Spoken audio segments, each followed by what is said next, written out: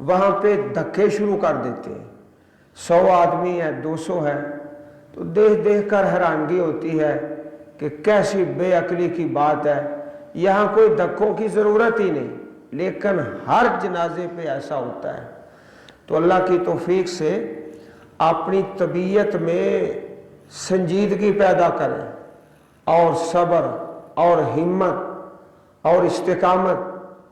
محترم بھائی فیاض صاحب ہے نا، ان کے ساتھ سفر کا بھی موقع ملتا ہے. جہاز پہ بیٹھ رہے تو سب سے آخر میں بیٹھے صبر کے ساتھ. ابھی سب کو لے کر ہی جانا ہے. دھکے دینا اور ایک دوسرے پر گرنا کیسی احمقانہ بات ہے. اترنا ہے تو سب سے آخر میں اتریں گے سکون سے اور تسلی کے ساتھ. یہ کوئی دوبارہ تو نہیں لے کر اڑ جائے گا.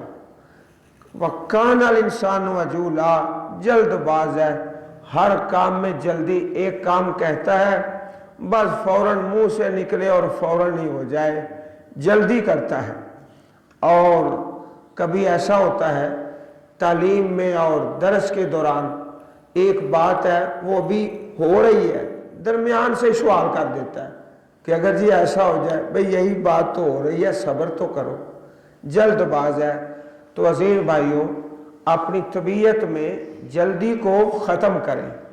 بعض بھائیوں کی طبیعت میں عجلت بہت زیادہ راسخ ہو چکی ہے اور یہ بہت بڑی کمزوری ہے، اس کو ختم کر دیں. وَجَعَلْنَا اللَّيْلَ وَالنَّهَارَ آیَتَيْنِ، اور ہم نے بنایا رات کو اور دن کو 2 نشانیاں. یہ اللہ تعالیٰ کی بہت بڑی نشانیاں ہیں. ہمیشہ رات نہیں رہتی، ہمیشہ دن نہیں رہتے.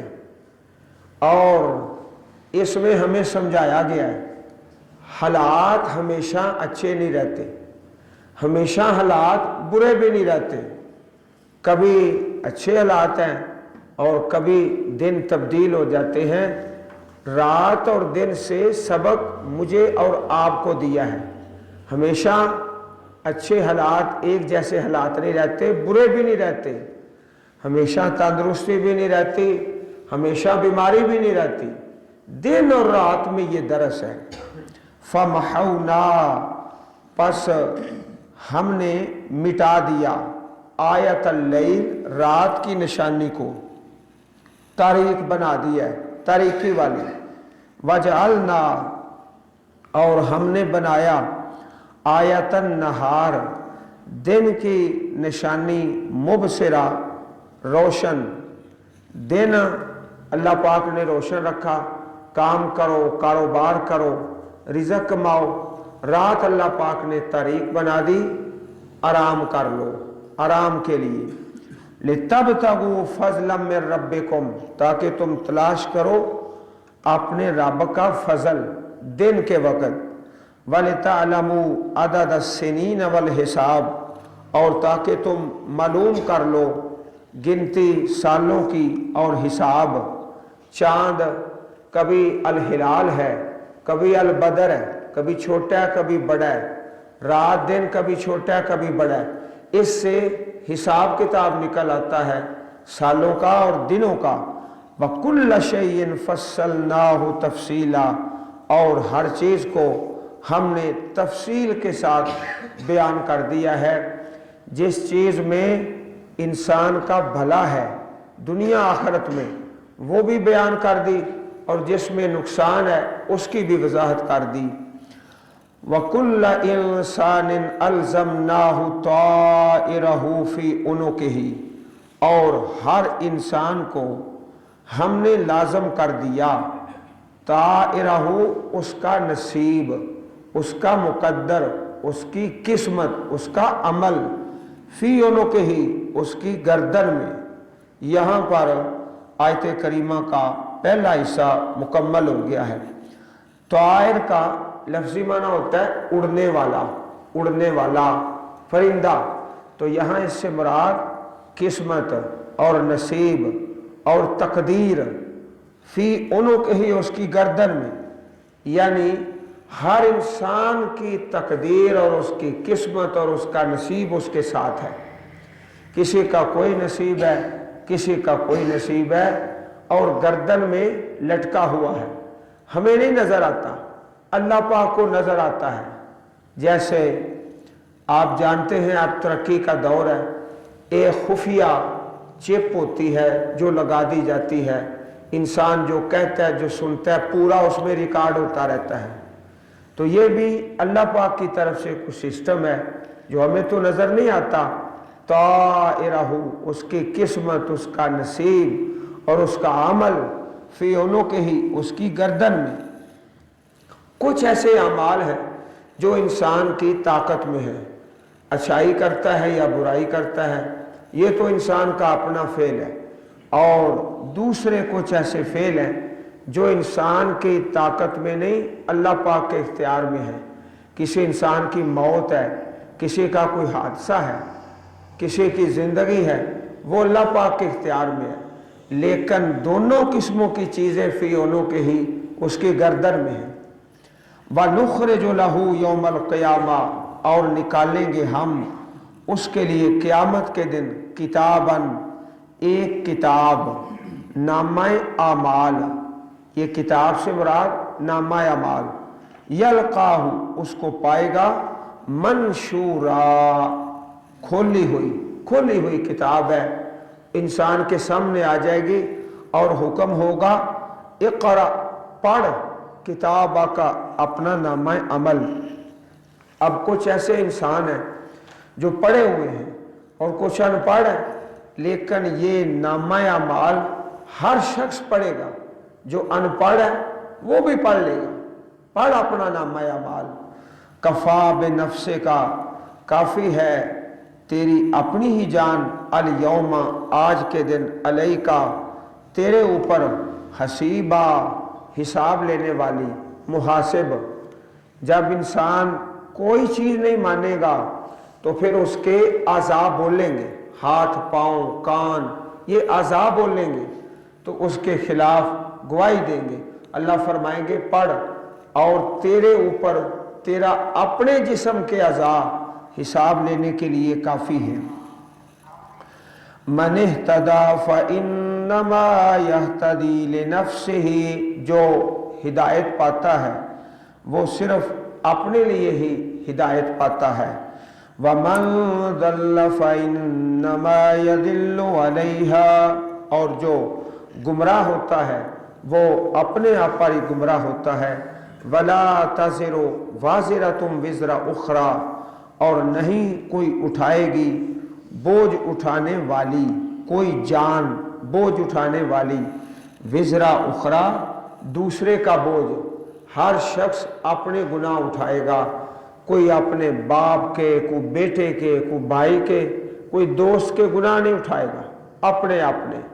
ولا تزر وازرۃ وزر اخری وما كنا معذبین حتی نبعث رسولا، اور نہیں ہم عذاب دینے والے حتیٰ کہ ہم بھیجے رسول۔